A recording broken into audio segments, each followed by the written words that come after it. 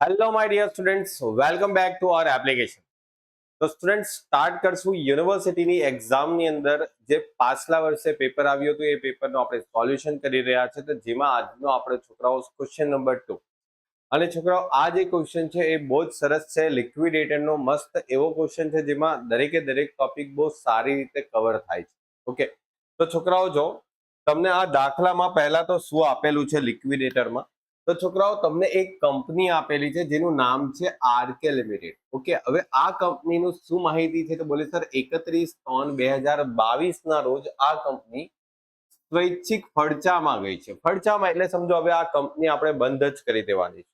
બરાબર, કંપની નુકસાનમાં ગઈ છે એટલે કંપની બંધ કરવાનું છે. અને છોકરાઓ તમને લખેલું જ છે કે તે તારીખે એટલે આ જ તારીખે છોકરાઓ કંપનીમાં ચોપડામાં જે બાકીઓ છે એ તમને બધી આપેલી છે. હવે છોકરાઓ વિચારો, તમે કોઈ ધંધો કરતા હોય ને એ ધંધો બંધ કરો તો ધંધામાં તમે ગમે તે વ્યક્તિ પાસેથી કશે ને કશે ઉધાર પૈસા લીધેલા હશે, ઉધાર સામાન લીધેલો હશે. તો છોકરાઓ, આ બધા પૈસા પાછા આપવા પડશે કે નહીં આપવા પડશે? તમે એમ ભાગી થોડી જઈ શકો કે નહીં હવે આપણે ધંધો બંધ કરી દીધો, આપણે કોઈને પૈસા ચૂકવવાની જરૂર નથી. એવું થોડી હોય, ચાલે? નહીં ચાલે ને. તો છોકરાઓ, તમારા ધંધામાં એટલે કે અહીંયા કંપનીની અંદર તમે 4 લાખ રૂપિયા પ્રેફરન્સ શેર હોલ્ડર પાસેથી લીધેલા છે, 1,60,000 ઇક્વિટી શેર હોલ્ડર પાસેથી લીધેલા છે. પરંતુ છોકરાઓ ધ્યાન આપો, આપણી પાસે 20,000 શેર છે અને 8 જ રૂપિયા ભરપાઈ છે, 10 રૂપિયાનો શેર છે. ઓકે, એટલે શેર હોલ્ડરની જવાબદારી છોકરાઓ છે ને મર્યાદિત હોય છે, એના શેરની સંખ્યા અને શેરના જે કિંમત છે ને એ પ્રમાણે. એટલે સમજો મારી પાસે કોઈ કંપનીના 10 શેર છે અને 10 રૂપિયાનો શેર છે. હવે મેં એ કંપનીને ખાલી 8 જ રૂપિયા આપેલા છે અને એ કંપની ફડચામાં જાય તો જરૂર પડે તો મારે એ કંપનીને 2 રૂપિયા ચૂકવવા પડશે. ઓકે, સમજાય છે? આ બધી વસ્તુ છોકરાઓ લોજિક અને કોન્સેપ્ટમાં આપણે શીખી ગયા ચેપ્ટરની અંદર. તો આ કંપનીના જે શેર છે એ 20,000 શેર છે જે 10 રૂપિયાના છે પરંતુ 8 જ રૂપિયા ભરપાઈ છે. હવે આ કંપનીમાં જો પૈસાની જરૂર પડે એના વિસર્જન વખતે તો 2 રૂપિયા મંગાવશે અને શેર હોલ્ડરે ભરપાઈ કરવા પણ પડશે. એવી જ રીતે છોકરાઓ જો અહીંયા બ શેર હોલ્ડર કેટલા છે? 60,000, અને એમની પાસે 10 રૂપિયાનો શેર હતો પરંતુ 6 રૂપિયા જ ભરેલા છે એટલે એમને 4 રૂપિયા બીજા મંગાવી શકે. ઓકે, આગળ વધીએ. પછી છોકરાઓ, આ શેર હોલ્ડર પછી પૈસા કોને આપવાના છે? તો ડિબેન્ચર છે. ડિબેન્ચર, જો આ ડિબેન્ચર ને આપણે પૈસા આપવાના છે છોકરાઓ 2 લાખ રૂપિયા. ટૂંકા ગાળા માટે લીધેલી લોન એ 80,000 રૂપિયા આપવાના છે. હવે છોકરાઓ, ડિબેન્ચર શું લખેલું છે કે બધી જ મિલકતોના તારણ સામે. હવે છોકરાઓ, ડિબેન્ચરમાં લખેલું હોય કે નહીં લખેલું હોય, ડિબેન્ચર એ મિલકતોના તારણ સામે માની શકાય. ઓકે, ડિબેન્ચર છે ને એ મિલકતો પર તારણ પર જ હોય. ઓકે, નહીં લખેલું હોય ને તો પણ. તો છોકરાઓ એટલું યાદ રાખજો, એવું નહીં સમજતા કે અહીંયા મિલકતોના તારણ પર છે એટલે ડિબેન્ચર એ સલામત લેન્ડા તરીકે ચૂકવશે, એવું નહીં કરતા, ભૂલ નહીં કરતા. આ જાણી જોઈને તમને અહીંયા આવી રીતે જો ફસાવે, કારણ કે ઘણી વખત આપણે એવી રીતે બોલતા હોઈએ છીએ ને કે કોઈ પણ દેવાની બાજુમાં જો બ્રેકેટમાં એમ લખેલું હોય કે આ મિલકતોના તારણ પર છે તો આપણે એને સલામત લેન્દાર સમજીએ છીએ. બરાબર, તો એવી રીતે જો કોઈ છોકરો યાદ રાખીને ગયો હોય તો પછી અહીંયા ભૂલ પડી શકે. એટલે ડિબેન્ચરને ડિબેન્ચરના ટાઈમ પર જ પૈસા ચૂકવવાના છે, ગમે તે લખેલું હોય અહીંયા આપણે જોવાનું નથી. ડન? આ ધ્યાન રાખજો, મુદ્દાની વાત છે. બેંક ઓવરડ્રાફ્ટ 80,000 રૂપિયા છે ને લેણદારોને 1,60,000 છે. આ બધાને પૈસા ચૂકવવાના છે છોકરાઓ. હવે આ પૈસા આવશે ક્યાંથી? કારણ કે આ કંપની તો ફડચામાં ગઈ, બંધ થઈ ગઈ. જો આ બધાને પૈસા ચૂકવવાના છે, હજુ પણ છે જો છોકરાઓ નીચે ડિબેન્ચર પર વ્યાજ 16,000 રૂપિયા બાકી છે. હજુ સરકારના કરવેરા બાકી છે છેલ્લા 12 મહિનાના. જો લખેલું છે છેલ્લા 12 માસ લખેલું છે. આ પૈસા પણ હજુ ચૂકવવાના છે. કામદાર, છોકરાઓ, કામદારને વેતન, પગાર, વેતન કામદારને પાછલા 4 માસનો. હવે છોકરાઓ, કામદાર શબ્દ આવે ને, કામદાર, તો તમારે આ જોવાનું નથી, આ કેન્સલ કરી દો. આ ક્યારે જોવાનું? જ્યારે કર્મચારી આપે, કારકુન આપે. બરાબર, તો છોકરાઓ, કર્મચારી અથવા કારકુન આપે ને તો પછી તમારે પેલો પસંદગીના લેણદારમાં આપણે પેલા નિયમ શીખી ગયેલા ને, 3 નિયમ, એ 3 નિયમ અપ્લાય કરવા. તો છોકરાઓ, આ દાખલામાં અહીંયા તો કામદાર છે કામદારના જે વેતન છે એ સલામત લેણદારમાં આવશે. ડન. ચાલો, ત્યાર પછી છોકરાઓ આટલા બધા પૈસા ચૂકવવાના છે, આવશે ક્યાંથી? શું કંપની પાસે એટલા પૈસા છે? ચેક કરો કંપની પાસે શું એટલા પૈસા છે. જો કંપની પાસે તો ફક્ત 60,000 રૂપિયા રોકડા છે. હવે ખાલી 60,000 રૂપિયા ખિસ્સામાં હોય અને આટલા બધા પૈસા ઉપર ચૂકવવાના છે, પ્રેફરન્સ શેરને, ઇક્વિટી શેરને, ડિબેન્ચરને 2 લાખ રૂપિયા આપવાના છે, કેવી રીતે આપશો? તો કંપની શું કરશે છોકરાઓ, આ બધી જે મિલકતો દેખાય છે તમને અહીંયા મિલકતો, જો આ બધી મિલકતો છે, 2 લાખ, 5 લાખ, 3,20,000, 1 લાખ, દેવાદાર, આ બધા પૈસા છોકરાઓ એમાં આ નફા નુકસાન ખાતું છે, એટલે આ મિલકત કહેવાય નહીં, આ નુકસાન કહેવાય. એટલે નફા નુકસાન ખાતું મિલકતો બાજુ બતાવે એટલે એ ખોટ કહેવાય. એટલે કંપની ફડચામાં ગઈ છે એવું લખેલું છે અને કંપની બંધ કરીએ. લિક્વિડેશન નો મતલબ શું? કંપની બંધ કરવી. તો છોકરાઓ કંપની ફડચામાં જાય એનો મતલબ શું? કંપની ખોટ કરે છે. એટલે છોકરાઓ આ રકમ તમારે મિલકત નહીં કહેવાય, પરંતુ આ રકમ તમારી શું કહેવાય? ખોટ કહેવાય. શું કહેવાશે? ખોટ કહેવાશે. તો આપણી પાસે છોકરાઓ જેટલી પણ મિલકત છે એ આપણે બધી વેચી દેવાની છે. 1 2 3 4 આ બધી મિલકતો વેચી દેવાની. જે પૈસા આવે એ પૈસામાંથી આપણે પછી પૈસા દેવા ચૂકવવાના રહેશે. આપણી પાસે અત્યારે એક રકમ છે જેમાં લખેલું છે કે લિક્વિડેટર તેને ઉપજાવેલી રકમ પર ચોખ્ખી ઉપજના 5%. છોકરાઓ આ બધા મિલકતના પૈસા કોણ ઉપજાવે? લિક્વિડેટર ઉપજાવે. લિક્વિડેટર એટલે કોઈ હોય નહીં છોકરાઓ, તમારા જેવો અને મારા જેવો કોઈ વ્યક્તિ જ હોય છે. હોઈ શકે કોઈ કંપનીનો સીએ હોય, હોઈ શકે કોઈ કંપનીનો લોયર હોય, હોઈ શકે કે કોઈ એવી વ્યક્તિ હોય જે આ બધું કામકાજ સંભાળી શકતી હોય. સીએસ હોય, કંપની સેક્રેટરી પણ છોકરાઓ આ બધા કામ કરે છે. તો છોકરાઓ લિક્વિડેટર એક કંપનીની બાબતનો જાણકાર અને આ બધી પ્રોસેસ વિશે જાણકાર એક વ્યક્તિ હોય છે જે કંપનીની મિલકતો વેચવાની જવાબદારી લે છે અને આ બધાના દેવા ચૂકવવાની પણ જવાબદારી લિક્વિડેટરની જ હોય છે. એટલે લિક્વિડેટરને છોકરાઓ પૈસા આપવા પડે, એને મહેનતાણું આપવું પડે, એનું કમિશન આપવું પડે. તો લિક્વિડેટરે ઉપજાવેલી રકમ પર કેટલા ટકા? 5%. અને ઉપજાવેલી રકમના 5%, પરંતુ છોકરાઓ બ્રેકેટમાં શું લખેલું? ઉપજ બાદ બેંક ઓવરડ્રાફ્ટની ચૂકવણી. છોકરાઓ આ એક બહુ જ અગત્યની વસ્તુ છે. ઉપજ બાદ બેંક ઓવરડ્રાફ્ટની ચૂકવણી પછી 5% કરવાના. હવે આ કઈ રીતે આવશે આપણે જોશું. અત્યારે ખાલી વાંચી રાખો. પસંદગીના લેણદાર સિવાય, જો લખેલું છે પસંદગીના લેણદાર સિવાય બિન સલામત લેણદારને ચૂકવેલી રકમના 1% લે. અને બેંક ઓવરડ્રાફ્ટ જમીન મકાન સામે સુરક્ષિત છે. ઓકે, એટલે તમારી પાસે ઉપર પેલો બેંક ઓવરડ્રાફ્ટ હતો ને એ જમીન મકાનની સામે સુરક્ષિત છે, એટલે એ સલામત થઈ ગયો. અને તેના એટલે કોણ છોકરાઓ? આ તેના એટલે મતલબ શું? જમીન મકાન. જમીન મકાનના 2 લાખ રૂપિયા ઉપજ્યા છે અને બાકીની મિલકત નીચે મુજબ ઉપજેલી છે, જેમાં તમારી પાસે પ્લાન્ટ, સ્ટોક અને દેવાદાર આપેલા છે. ઓકે, ચાલો. તો છોકરાઓ આટલું વાંચ્યા પછી તમે અહીંયા લખેલું છે, જો 1/4/2022 ના રોજ બધી મિલકતો વેચી દીધી અને આ તારીખ એટલે 1/4/2022 ના રોજ બધી જવાબદારીઓ પણ ચૂકવી દીધી. જો પ્રેફરન્સ શેરને છોકરાઓ 2 વર્ષનું ડિવિડન્ડ ચૂકવાયું નથી. એટલે પ્રેફરન્સ શેરને જ્યારે પૈસા ચૂકવવાની વારી આવશે ને છોકરાઓ 2 વર્ષનું ડિવિડન્ડ ચૂકવશો. સમજાય છે? પ્રેફરન્સ શેરને 2 વર્ષનું ડિવિડન્ડ ચૂકવવાનું બાકી છે, ચૂકવી દેશું છેલ્લે. ઓકે, જો એનો સમય આવશે ત્યારે. ચલો, હવે છોકરાઓ તમારે સૌથી પહેલા તો અહીંયા આવવાનું છે આવક બાજુ. આવક બાજુ આવવાનું અને આવક બાજુ જેટલા પણ રૂપિયા કંપની પાસે હતા એ લખવાના. પહેલા અહીંયા લખવાના રોકડ અને બેંક. રોકડ બેંક. કેટલા રોકડ બેંક છે છોકરાઓ? 60. એટલે આવશે અહીંયા 60,000. પછી આવશે છોકરાઓ મિલકતની ઉપજ.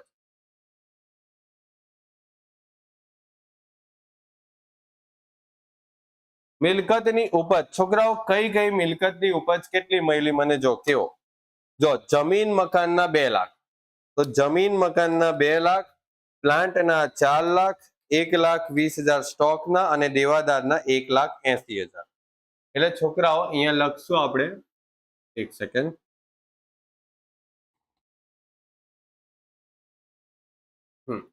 જમીન મકાન જમીન મકાનના કેટલા છે? 2 લાખ.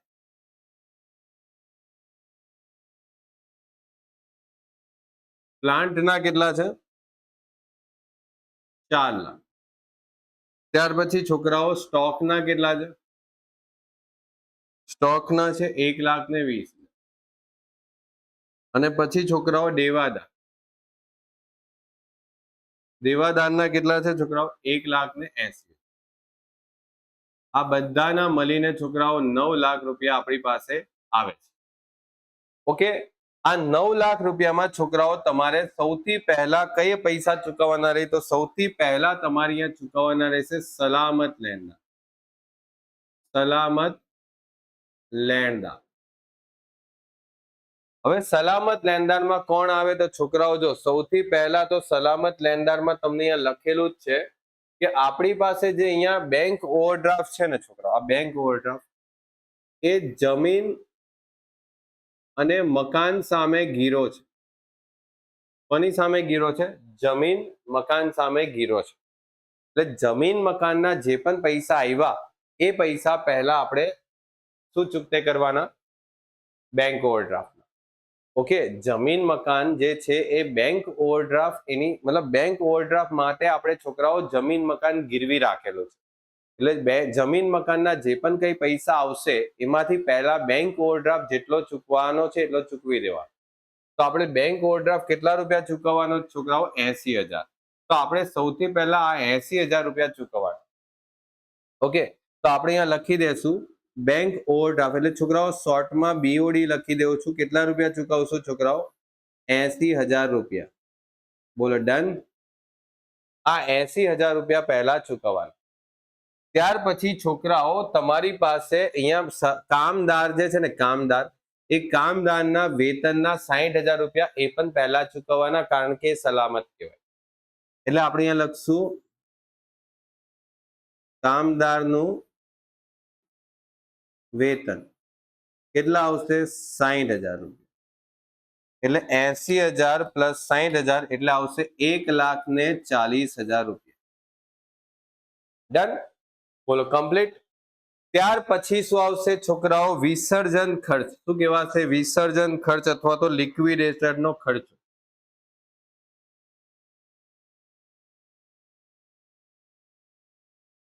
લિક્વિડેશનનો ખર્ચ. છોકરાઓ લિક્વિડેટરનો ખર્ચો કેટલો છે? તો જો તમને દાખલામાં લિક્વિડેશનનો ખર્ચો હંમેશા હવાલામાં આપેલો જ હોય છોકરાઓ. જો આ રહ્યો, જો અહીંયા આપેલો જ છે. કેટલો ખર્ચો થયો છે? 31,400. તો આપણે અહીંયા લખી દઈએ 31,400.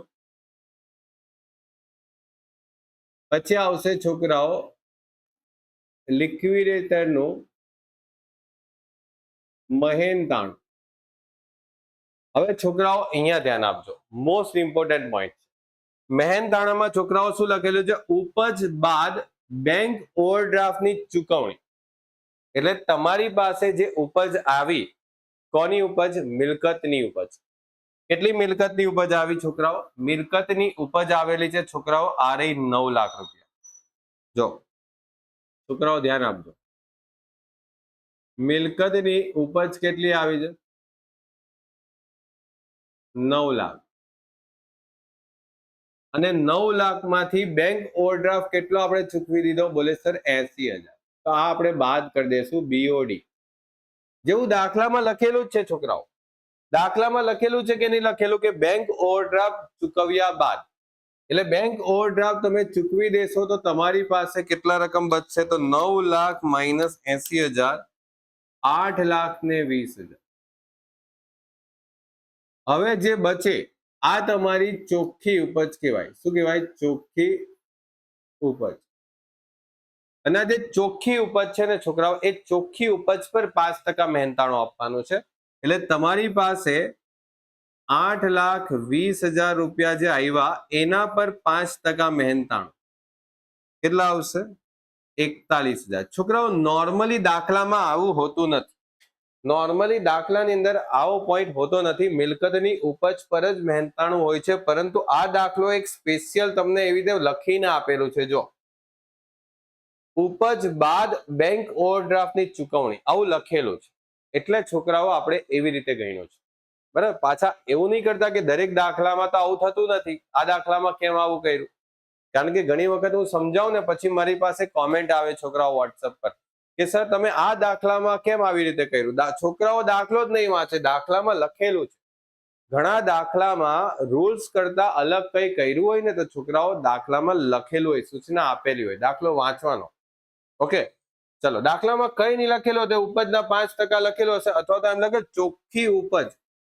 ચોખ્ખી ઉપજ શબ્દ પણ લખેલો. જો અહીંયા આ ચોખ્ખી ઉપજનો મતલબ શું થાય કે તમારી પાસે જે મિલકતની ઉપજ આવેલી છે અને એ મિલકતની ઉપજ જે છે, શું એમાં એવી કોઈ મિલકત છે જેમાં કોઈ ગીરવી વસ્તુ મૂકેલી છે? યસ. આપણા 9 લાખ રૂપિયા મળે છે ને, એ 9 લાખમાં તમારી પાસે પહેલા બેંક ઓવરડ્રાફ્ટમાં જમીન મકાન ગીરવી હતા. આ જમીન મકાન બેંક ઓવરડ્રાફ્ટ સામે ગીરવી હતા, તો પહેલા એને પૈસા ચૂકવાશે, પછી જે તમારા હાથમાં પૈસા આવ્યા એ 8,20,000 આવ્યા. એટલે ચોખ્ખી ઉપજ છોકરાઓ 8,20,000 કહેવાય. વાત સમજ પડે છે? ચાલ, હવે છોકરાઓ તમારી પાસે બીજું પણ કીધેલું છે કે પસંદગીના લેણદાર સિવાય. ઓકે, એટલે પસંદગીના લેણદાર સિવાયના જે લેણદાર આવે એ બિન સલામત લેણદાર છે. એના પર કેટલા ટકા આપવાના છે છોકરાઓ? આપણે 1%. તો આપણે 1% અહીંયા લખી લઈએ. બોલો, ડન? ઓકે, ચાલો આગળ વધીએ. નેક્સ્ટ. હવે છોકરાઓ આ રકમ અત્યારે આપણે આપી નહીં શકીએ. કેમ છોકરાઓ? એનું કારણ શું છે? તો કારણ એ છે કે છોકરાઓ હજુ સુધી આપણને એ જ નથી ખબર પડી કે આપણે બિન સલામતને કેટલા રૂપિયા ચૂકવશું. બિન સલામતને કેટલા ચૂકવશે હજુ ખબર નથી, એ તો હજુ નેક્સ્ટ નીચે આવશે. ચાલો આગળ વધીએ. પસંદગીના લેણદાર. છોકરાઓ પસંદગીના લેણદાર કેટલા? તો પસંદગીના લેણદાર કયા કયા છે છોકરાઓ? જો દાખલામાં પસંદગીના લેણદાર છોકરાઓ એક જ છે. કયા? આ સરકારી કરવેરા છે ને તે, અને છેલ્લા 12 માસના છે એટલે એ પસંદગીના લેણદાર કહેવાય. છેલ્લા 12 માસના કરવેરા, જે પણ કઈ કરવેરા બાકી હોય, બરાબર, કોઈ પણ કરવેરા હોઈ શકે, મ્યુનિસિપાલિટી ટેક્સ હોઈ શકે, ઇન્કમ ટેક્સ હોઈ શકે કંપનીનો, પછી જીએસટી ની રકમ હોઈ શકે, કોઈ સેસ હોઈ શકે, બધું જ છોકરાઓ કરવેરા જે પણ છે તે બધા. ચાલો તો છોકરાઓ અહીંયા શું લખશું? કરવેરા, સરકારી કરવેરા કેટલા આવશે? 10,000. હવે છોકરાઓ આ 10,000 જે છે એ જ છે, ફક્ત બીજું કોઈ છે નહીં. તો આપણે આગળ વધીએ. કોની વાત કરીએ છોકરાઓ? ડિબેન્ચર. Debenture holder. તો છોકરાઓ ડિબેન્ચર આપણી પાસે કેટલા ટકાના છે? બોલો તો જરા. 8%ના ડિબેન્ચર છે, અને ડિબેન્ચર પર છોકરાઓ વ્યાજ પણ બાકી છે. જો આપણી પાસે અહીંયા 2 લાખના ડિબેન્ચર છે, પણ એના પર વ્યાજ પણ બાકી છે. જો એટલે ડિબેન્ચર 2 લાખના અને એના પર વ્યાજ બાકી છે. આ બંને ચૂકવાશે છોકરાઓ. ઓકે, 8%ના ડિબેન્ચર 2 લાખ અને ચૂકવવાનું બાકી વ્યાજ કેટલું આવશે? 16,000. હવે છોકરાઓ અહીંયા વધારાનું વ્યાજ આવશે કે નહીં આવશે? વધારાનું વ્યાજ આવશે કે નહીં આવશે? તો છોકરાઓ વધારાનું વ્યાજ આવશે કે નહીં આવશે તો એ ક્યારે ખબર પડે? તો દાખલામાં તમારે એ ચેક કરવાનું કે આપણો દાખલો છે ને એમાં કંપની ક્યારે બંધ થાય છે. જો 31/3/2022 આ તારીખે તમારી કંપની બંધ થઈ જાય છે, અને એની સામે છોકરાઓ તમે પૈસા ક્યારે ચૂકવો છો? બધાને જો અહીંયા લખ્યું જ છે, 1/4/2022 ના રોજ વેચીને બધી જ જવાબદારી તે જ દિવસે ચૂકવી દીધી. બધા પૈસા આપણે એ જ દિવસે ચૂકવી દીધા છે. જો લખેલું છે છોકરાઓ, એટલે બધા પૈસા આપણે એ જ દિવસે ચૂકવા. જે દિવસે કંપની બંધ થઈ ને એના બીજે જ દિવસે આ બધો કારોબાર પતી ગયો. એટલે કંપની બંધ થઈને બીજે જ દિવસે બધો કાર્યક્રમ પૂરો થઈ ગયો, પૈસા ચૂકવવાનો. એટલે વધારાનું કોઈ વ્યાજ આવશે નહીં. એટલે ધ્યાન રાખજો છોકરાઓ, અહીંયા જે પેલું વધારાનું વ્યાજ આવે ને, વધારાનું વ્યાજ એ તમારે અહીંયા લખવાનું નથી. ઓકે, વધારાનું વ્યાજ તમારે લખવાનું નથી, ગણવાનું પણ નથી, લખવાનું ક્યાં? 2,16,000. ત્યાર પછી છોકરાઓ અહીંયા આવશે બિન સલામત લેણદાર. કયા લેણદાર આવશે જે બિન સલામત છે? ચાલો તો જોઈ લઈએ. હવે પૈસા કોના બાકી છે છોકરાઓ? જો જેના જેના પર ટીક થઈ ગયા બધાના પૈસા ચૂકવાઈ ગયા. જોઈ લો. હવે પૈસા કોના બાકી છે છોકરાઓ? તો પૈસા ફક્ત ને ફક્ત આ લેણદારોના પૈસા બાકી છે. કેટલા બાકી છે? 1,60,000. તો આપણે 1,60,000 લેણદારોને ચૂકવી દઈએ. ચલો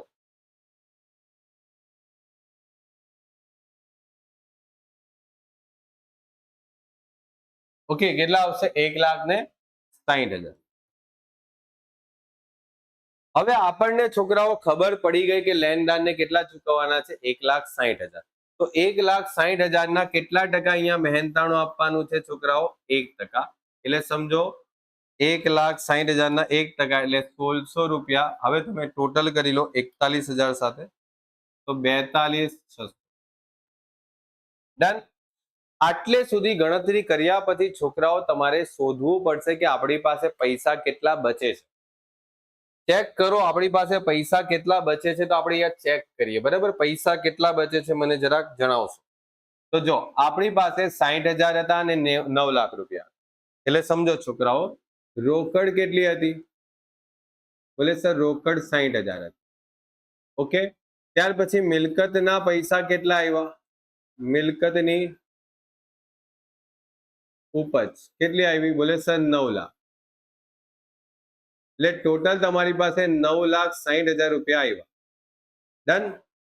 9,60,000 આવ્યા. હવે છોકરાઓ આ ધીરે ધીરે બધા આપણે સ્ટેપ બાય સ્ટેપ પૈસા ચૂકવતા જશે. બરાબર, તો પહેલા આપણે આવીએ અહીંયા સલામત લેણા. સલામત લેણા આપણે કેટલા રૂપિયા ચૂકવા? બોલે સર 1,40,000. ત્યાર પછી આપણે લિક્વિડેટરનો ખર્ચો ચૂકવો. લિક્વિડેટરનો ખર્ચ ચૂકવો કેટલો છે? 31,400. ત્યાર પછી અહીંયા લિક્વિડેટરનું મહેનતાણ કેટલો છે? લિક્વિડેટરનું મહેનતાણું 42,600. જેટલા પૈસા તમે ચૂકવો છો એ ધીરે ધીરે ધીરે માઇનસ કરતા જાઓ. એટલું યાદ રાખવાનું છોકરાઓ, ખાલી લખતા નહીં જતા, માઇનસ પણ કરતા જજો કેલ્ક્યુલેટર. જો 9,60,000 માઇનસ 1,40, 31,400 અને 42,600. પછી છોકરાઓ આ 10,000 જેને આપણે પસંદગીના લેણદાર કહીએ. પસંદગીના લેણદાર કેટલા રૂપિયા? 10,000. ત્યાર પછી આપણી પાસે કોણ છે? ડિબેન્ચર. Debenture holder. કેટલા હોલ્ડરના પૈસા ચૂકવવાના છે છોકરાઓ? 2,16,000. ઓકે, ડિબેન્ચર હોલ્ડર સુધી તમે પૈસા ચૂકવતા જાઓ. બરાબર, એક પછી એક તમારે બધા પૈસા ચૂકવતા જવાનું. ઓકે, હજુ બી છોકરાઓ આપણી પાસે કોણ છે? બિન સલામત લેણા. કેટલા છે? 1,60,000. એટલે છોકરાઓ તમે અહીંયા સુધી જો માઇનસ કરો, બધાના પૈસા ચૂકવશો, તો તમારી પાસે કેટલા રૂપિયા બચે છે? બોલે સર 3,60,000. ચેક કરી લો એક વખત છોકરાઓ. ફરીથી ગણતરી ચેક કરી લેવાની. એક્ઝામમાં આ ગણતરી મિસ્ટેક ન થાય એનું ધ્યાન રાખવાનું. છોકરાઓ ઘણી વખત એક્ઝામની અંદર તમારું ક્રોસ ચેકિંગ 2 વખત થવું જોઈએ. Okay, done. જે ક્રિટિકલ પોઈન્ટ હોય ને છોકરાઓ એક્ઝામમાં, એ ગણતરી તમારે 2 વખત કરી જ લેવાની. ઓકે, ક્રિટિકલ પોઈન્ટ હોય ને છોકરાઓ, એ ગણતરી તમારે છે ને 2 વખત કરી જ લેવાની. એટલું યાદ રાખવાનું. ઓકે, તમને એવું લાગે કે નહીં આ એક એવો પોઈન્ટ છે દાખલાનો જ્યાં ભૂલ થઈ ગઈ તો આગળ આપણું કામ ખરાબ થશે, એ દાખલાના એ ગણતરી પર તમારે 2 વખત ગણતરી કરવાની. ઓકે છોકરાઓ, આ મેં એટલા માટે કહું છું કારણ કે ઘણી વખત એક્ઝામમાં શું થાય છે કે એક્ઝામ અપાઈને છોકરાઓ આવે ને એમાં હોશિયાર છોકરાઓ પણ શું થાય કે આવે પછી મને કહે કે સર આમાં એક 0 વધારે લેવાઈ ગયો અને પછી મેં ધ્યાન નહીં આપ્યું, એક 0 ઓછો લેવાઈ ગયો મારાથી ધ્યાન નહીં રહ્યું. આવું થાય છે છોકરાઓ. અને હોશિયારમાં હોશિયાર છોકરાઓ આના કારણે મિસ્ટેક કરીને આવ્યા છે. પછી બહાર આવીને ફ્રેન્ડ લોકો સાથે પેપર ટેલી કરે ત્યારે ખબર પડે કે યાર મારો તો આન્સર આ હતો, તો પછી ખબર પડે બધું જ સાચું છે, બસ ખાલી ગણતરીમાં મિસ્ટેક. આવું થયું છે છોકરાઓ. મારી પાસે રેગ્યુલરલી આવા કોલ આવે એટલે આપણને આઈડિયા આવે કે હા છોકરાઓને આવી પણ મિસ્ટેક થાય છે. ઓકે, ચાલો હવે છોકરાઓ તમારી પાસે જે અહીંયા ટોપિક છે એ ટોપિકની અંદર પ્રેફરન્સ શેરને પૈસા કેટલા આપવાના છે? જો 4 લાખ. આ પ્રેફરન્સ શેરના પૈસા હતા. પ્રેફરન્સ શેરના કેટલા રૂપિયા આપવાના છે? 4 લાખ. અને આ પ્રેફરન્સ શેરના 4 લાખ આપવાના, એની સાથે છોકરાઓ એને 2 વર્ષનું શું આપવાનું છે? ડિવિડન્ડ. જો એટલે પ્રેફરન્સ શેરના 4 લાખ રૂપિયા તો આપવાના જ છે, પણ એને 2 વર્ષનું ડિવિડન્ડ પણ આપવાનું 10% લેખે, કારણ કે પ્રેફરન્સ શેર 10%ના છે.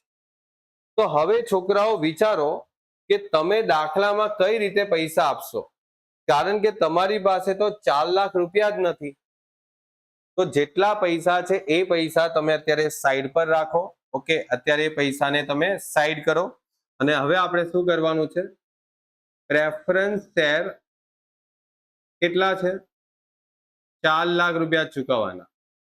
એનું 2 વર્ષનું ડિવિડન્ડ કેટલું ચૂકવવાનું? તો છોકરાઓ 4 લાખના પ્રેફરન્સ શેર પર 10% લેખે 2 વર્ષનું ડિવિડન્ડ કેટલું થાય? 4 લાખના 10% અને ઇન્ટુ 2, 80,000 આવશે. ત્યાર પછી છોકરાઓ તમારી પાસે પ્રેફરન્સ શેર પછી પૈસા કોને કોને ચૂકવવાના છે? છોકરાઓ જ્યાંથી પૈસા ઘટે ને ત્યાંથી આગળ હજુ કોને ચૂકવવાના છે એ બધાની લિસ્ટ તૈયાર કરી દેવાની. સમજાય છે? પૈસા જ્યાંથી ઘટે ત્યાંથી આગળ કોને પૈસા હવે ચૂકવવાના છે એ બધાની લિસ્ટ કાઢી દો. જો મારી પાસે પ્રેફરન્સ ને પૈસા આપવાના હતા, 10% ડિવિડન્ડ સાથે આપવાના હતા, તો આપણે એની પણ ડિવિડન્ડની ગણતરી કરી લીધી. ત્યાર પછી ઇક્વિટી શેરમાં અ શેરના 1.60 અને બ શેરના 3.60. તો 1.60 અને 3.60 અહીંયા આવી જાઓ. ચલો, 1,60,000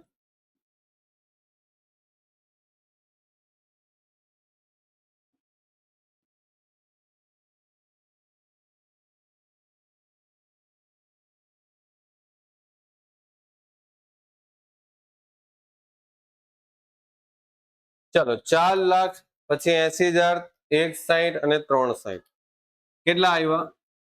10 લાખ. અને એમાંથી છોકરાઓ બાદ થશે. શું બાદ થશે? તો બાદ એ થશે કે તમારી પાસે અત્યારે રોકડ કેટલી છે? ઓકે, આ શું છે છોકરાઓ? વધેલ રોકડ છે. વધેલ રોકડ. આટલા રૂપિયા તમારી પાસે બચ્યા. ક્યારે બચ્યા? બિન સલામતને ચૂકવણી બાદ વધેલી રોકડ. તો છોકરાઓ આ રકમ તમારી અહીંયાથી બાદ કરવાની છે. શું આવશે? રોકડ જેટલા પણ આપણી પાસે હતા એને આપણે બાદ કરી દઈશું. એટલે છોકરાઓ આ તમને સમજ પડે છે શું બતાવે છે? આપણે હજુ આગળ આટલા રૂપિયા ચૂકવવાના છે, એટલે ટોટલ મળીને 10 લાખ રૂપિયા હજુ આપવાના છે, પરંતુ આપણા ખિસ્સામાં હજુ પણ ખાલી 3,60,000 રૂપિયા જ છે. 10 લાખ હજુ ચૂકવવાના થાય છે અને 3,60,000 જ છે આપણી પાસે. બસ બાકી પૈસા ઘટે છે. કેટલા પૈસા ઘટે છે? તો 10 લાખ માંથી 360 બાદ કરો. કેટલા આવે છે? 6,40,000. આ 640 એને છોકરાઓ શું કહેવાશે? મૂડી તૂટ કહેવાશે. શું કહેવાશે? મૂડી તૂટ કહેવાશે. ને આ જે મૂડી તૂટ છે ને છોકરાઓ, આ મૂડી તૂટ જે છે એ તમારે 2 શેર હોલ્ડર વચ્ચે વહેંચી દેવાની. કઈ રીતે વહેંચવાની? તો 2 શેર હોલ્ડર વચ્ચે વહેંચવાની કઈ રીતે? તો છોકરાઓ તો વહેંચવાની કઈ રીતે? આ રહી, જો અહીંયા ધ્યાન આપજો. આપણી પાસે બંને શેર જો કેટલાના છે? આ શેર છે 20,000. કેટલા શેર થયા? 10 રૂપિયાના. તો 20,000 શેર છે અને એક શેર 10 રૂપિયાનો જ છે. આ 60,000 શેર છે અને એક શેર 10 રૂપિયાનો જ છે. કેટલા આવ્યા છે એ છોડો, એ અત્યારે નહીં જોવાનું. આપણે કેટલા શેર છે? 20,000 શેર 10 રૂપિયાનો, 60,000 શેર 10 રૂપિયાનો. એટલે આપણી પાસે બંને શેર સરખી રકમના જ છે. તો હા સર, બંને શેર સરખી રકમના જ છે. તો આપણે શું કરવાનું? આ બંને વચ્ચેનું પ્રમાણ શોધી નાખવાનું. કેટલું પ્રમાણ આવશે છોકરાઓ? હું 2:6 લખી શકું. હવે ઘણા છોકરાઓને અહીંયા પણ તકલીફ છે, સર આ કેવી રીતે શોધ્યું 2:6? અરે આ જો તમે 20,000 છે, આ 60,000 છે. તો આમાંથી જો 4 0 કાઢી નાખીએ, આમાંથી 4 0 કાઢી નાખીએ, તો આ બંને વચ્ચે પ્રમાણ કયું બને? 2:6. અને આને પણ છોકરાઓ 2 વડે ભાગાકાર કરી દઈને તો 1:3 નું પ્રમાણ બને. બંનેને 2 વડે ભાગાકાર થાય. થાય કે નહીં થાય? બસ. તો આપણે શું કરવાનું છોકરાઓ, અહીંયા જે ગણતરી કરી ને, આ ગણતરી જે કરીને એમાં તમારે છોકરાઓ આ ગણતરીને 2 વચ્ચે વહેંચી દેવાની. એક તો અ શેર અને એક તો બ શેર. ઓકે, અને અહીંયા લખવાની મૂડી તૂટ કેટલી? તો બોલે સર 6,40,000 ઇન્ટુ કેટલા હતા? 1:3 આવ્યા ને, આપણે કઈ પ્રમાણ કયું બન્યું? 1:3 એટલે 1/4. 1:3 એટલે 3 ઉમેરીએ, 1માં 3 ઉમેરીએ, 1/4. અને છોકરાઓ અહીંયા કેટલા આવશે? 6,40,000 ઇન્ટુ 3/4. કરો કેટલા આવે છે? 640/4 એટલે અહીંયા આવશે છોકરાઓ 1,60,000. અને ત્યાં કેટલા આવશે? 4,80,000.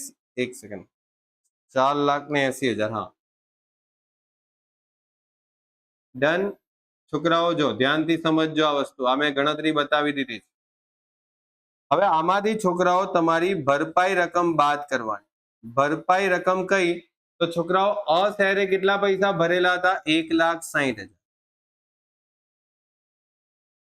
બ શેરે કેટલા પૈસા ભરેલા? 3,60,000. ડન. આને શું કહેવાય? ભરપાઈ રકમ. હવે છોકરાઓ એક વસ્તુ સમજો પ્રેક્ટિકલી, આ જે 2 રકમ આવી ને, એ રકમ શું આવી?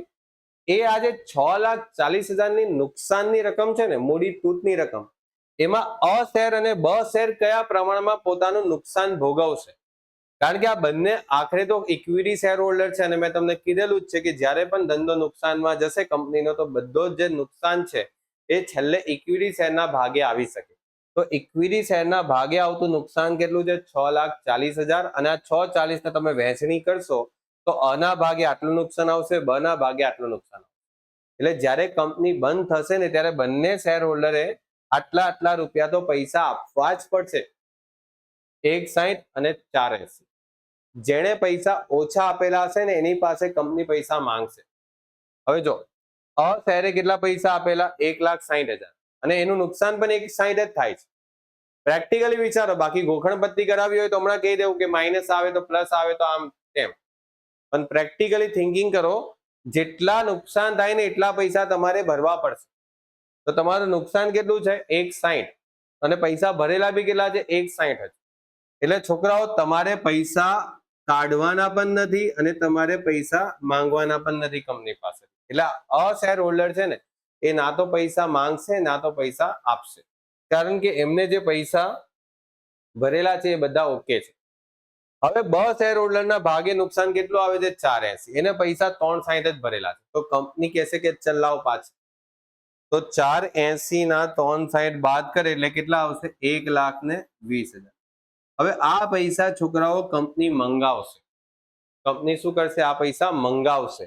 મંગાવશે એટલે આ જે રકમ છે ને 1,20,000, એ તમારે અહીંયા લખવા પડશે. બ શેર પાસે મંગાવેલ હપ્તો કેટલો? 1,20,000. આ તમે પૈસા મંગાવશો. બોલે બ શેર ને કહેશો કે ચલાવો પૈસા આપ, પૈસા આપ. 3,60,000 તો તમારી પાસે હતા જ. હવે બીજા બ પાસે કેટલા પૈસા મંગાવ્યા? 1,20,000. એટલે વિચારો, 3,60 હતા અને 1,20,000 તમારા પાસે આવ્યા. એટલે તમારી પાસે પાછા કેટલા થઈ ગયા? 3,60 પ્લસ 1,20, તમારી પાસે 4,80 થઈ ગયા. હવે તમે અહીંયા કોને પૈસા ચૂકવશો? તો બોલે સર પ્રેફરન્સ શેર હોલ્ડર, એમાં પ્રેફરન્સ શેર મૂડી કેટલા રૂપિયા ચૂકવવાના છે? પ્રેફરન્સ શેર મૂડીના 4 લાખ રૂપિયા. અને ઉપરથી એમનું ડિવિડન્ડ બાકી હતું. કેટલું ડિવિડન્ડ બાકી હતું? બોલે સર પ્રેફરન્સ શેરના 4 લાખ રૂપિયા બાકી હતા અને એમને ડિવિડન્ડ 80,000 રૂપિયા બાકી હતું. એટલે કેટલું થશે? 4,80,000 રૂપિયા તમે ચૂકવશો. અને જો તમારી પાસે પૈસા પણ એટલા જ બચેલા છે 4,80,000, જો આ 360 હતા એમાં 21 બીજા મંગાવ્યા, કોની પાસેથી? બ પાસેથી. અ પાસેથી મંગાવાશે નહીં, કારણ કે અ એ જેટલા નુકસાન હતા ને એટલા પૈસા ભરી દીધેલા છે ઓલરેડી. જેને પૈસા ઓછા ભરેલા છે એની પાસેથી જ માંગણી થશે. તો બ પાસેથી માંગણી થઈ તો બ ને પૈસા માંગવાના રહેશે બ પાસે કે ભાઈ 1,20,000 લાવ. આપણી પાસે 360 હતા, 21 એડ થશે એટલે 4,80,000 જે પૈસા ચૂકવવાના થયા કોના? Preference share હોલ્ડરના. કમ્પ્લીટ પૈસા પૂરા અને દાખલો પણ પૂરો. ડન. હવે ચેક કરી લો છોકરાઓ, બંને બાજુ તમારો દાખલાનું જે ટોટલ છે એ ચેક કરી લો. જો 60, 9 લાખ અને 21 કેટલા આવે છે? 10,80,000. અને અહીંયા છોકરાઓ 10,80,000. 1,40, 31,400, 42,600, 10,000. જો ડન થઈ ગયું ટેલી એકદમ. તો છોકરાઓ જો આ રીતે તમારો દાખલો આપણે સોલ્વ કરવાનો રહેશે. ઓકે, તો કમ્પ્લીટ. મળીએ છોકરાઓ નેક્સ્ટ લેક્ચરમાં નવા ક્વેશ્ચન સાથે. ત્યાં સુધી છોકરાઓ good bye and take care. અને છોકરાઓ સારા માર્ક્સ આવે એવી બધા છોકરાઓને શુભકામના. ઓકે, મળીએ નેક્સ્ટ લેક્ચર.